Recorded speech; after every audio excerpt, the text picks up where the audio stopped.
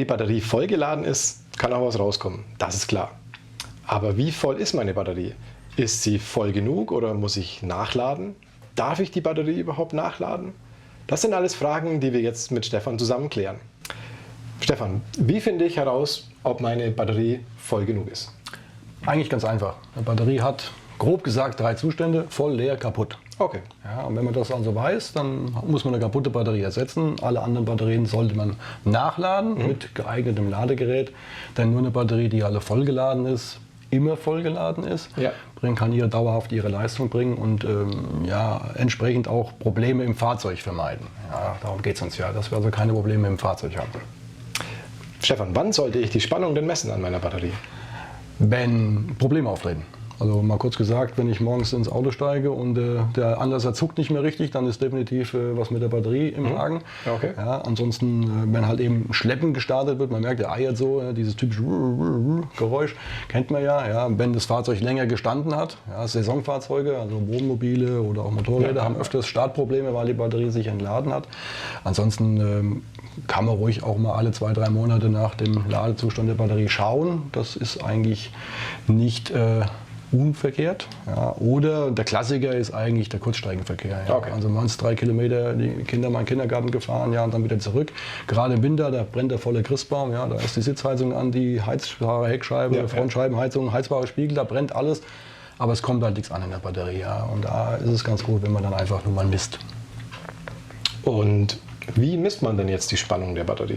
Eigentlich ganz einfach, man braucht nicht viel. Ein geeignetes Voltmeter, das also Gleichstrom messen kann, möglichst mit 2 Nachkommastellen, Plus- und Minuskabelchen, Plus und Minus halten, und dann sieht man, wie die Spannungslage der Batterie ist in der Ruhespannung.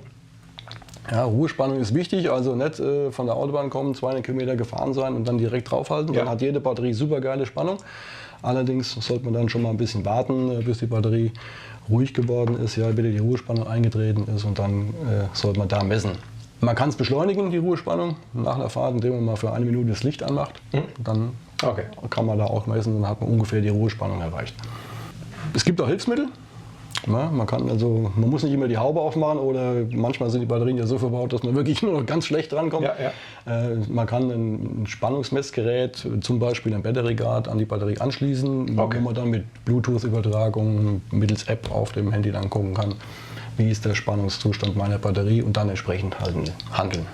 Okay, also ich verbinde auch hier die rote Klemme mit dem Pluspol und die schwarze mit dem negativen Pol, und dann bleibt das Gerät auf der Batterie und über Bluetooth kann ich es ausmessen. Genau, so sieht es aus. Und was sagen mir die Daten, die ich dann auslese? Entweder mit dem Voltmeter oder eben mit meinem Bluetooth-Hilfsgerät. Bei dem Bluetooth-Hilfsgerät habe ich ja eine schöne Ampelanzeige dabei. Rot, Gelb, Grün. Ja, bei Grün alles in Ordnung, bei Gelb muss ich anfangen nachzuladen oder nachdenken nachzuladen. Und bei Rot ist es dann entweder zu spät oder ich fange dann wirklich an zu laden. Ansonsten gibt es ein paar Eckwerte. Eine volle Batterie hat eigentlich 12,72 Volt. Ja, dann ist sie zu 100% geladen. 12,72 Volt ist das Optimum. Wir sagen ungefähr, alles was über 12,6 ist gut. Okay. Bei 12,6 sollte man nachgucken und sich Gedanken machen, will ich dranhängen, also ist das Laden empfohlen, und alles was kleiner ist wie 12,5 Volt sollte man auf jeden Fall ans Ladegerät hängen, um die Performance der Batterie wieder entsprechend herzustellen. Wenn nach dem Laden und nach der Ruhespannung die Spannung dauerhaft unter 12,6 Volt bleibt, oder wenn ich eine Spannungslage habe, die bei 12,7, 12,8 Volt in der Endabschaltung war, aber sehr schnell nach unten geht, also unter 12,6, dann hat die Batterie mit Sicherheit schon einen Defekt, vielleicht teilsilvertiert, und dann sollte man mal über einen Ersatz nachdenken, damit man halt eben Problemen im Winter aus dem Weg gehen kann. Ja, Stefan, vielen Dank. Gerne. Intakt Battery Power. Immer die passende Batterie.